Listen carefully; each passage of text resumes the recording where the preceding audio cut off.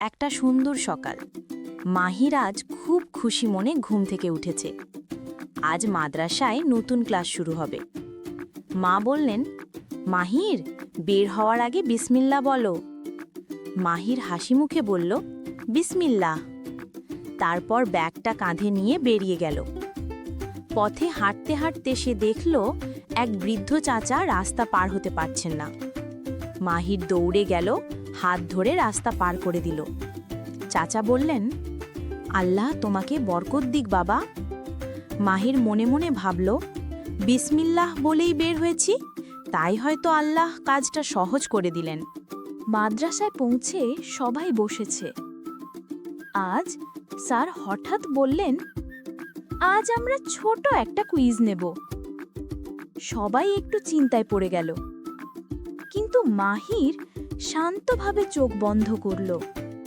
ধীরে ধীরে বলল, বিসমিল্লাহ। সে সবাইকে অবাক করে দিয়ে সব উত্তর সঠিক করে দিয়ে ফেলল। ক্লাসের সবাই তো অবাক, মাহির সব উত্তর ঠিকঠাক দিয়েছে। আব্দুল্লাহ এসে বলল, দোস্ত, তুই এমন করে সব মনে রাখিস কিভাবে? আমরা তো প্রায় অর্ধেক ভুলেই যাই। মাহির হেসে বলল, আমি কিচ্ছুই আলাদা করি না ভাই, শুধু প্রতিটি কাজের শুরুতে বিসমিল্লাহ বলি। দুপুরে বাড়িতে ফিরে মাহির খেতে বসল। মা বললেন, খাওয়ার আগে কি বলতে হয়? মাহির বলল, বিসমিল্লাহ।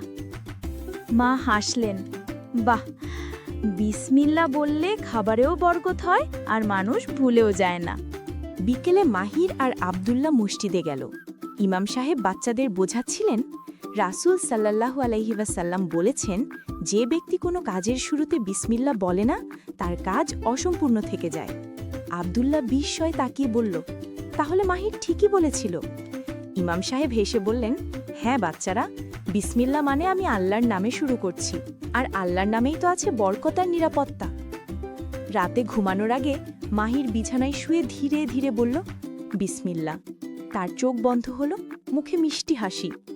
আজও দিনটি কেমন সহজ আর সুন্দর কেটেছে। কিছুদিন পর আব্দুল্লাহ এসে বলল, দোস্ত, তুই ঠিকই বলেছিলি, বিসমিল্লাহ বললেই কাজ সহজ হয়ে যায়, মনেও শান্তি আসে। মাহির বলল, আলহামদুলিল্লাহ ভাই, আল্লাহর নামেই তো আছে বরকত, আমরা শুধু সেই নামটাই মনে করতে চাই না। তাই ছোট্ট বন্ধুরা, তোমরাও প্রতিটি কাজের শুরুতে বিসমিল্লাহ বলো, দেখবে আল্লাহ তোমার কাজ সহজ করে দেবেন। প্রিয় বাচ্চারা, যদি গল্পটা তোমাদের কাছে ভালো লাগে, তাহলে আমাদের আল ইতমিনান চ্যানেলটি সাবস্ক্রাইব করো, ভিডিওটিতে লাইক দাও আর বন্ধুদের সাথে শেয়ার করতে ভুলো না। ইনশাআল্লাহ পরের গল্পে আবার দেখা হবে। আসসালামু আলাইকুম।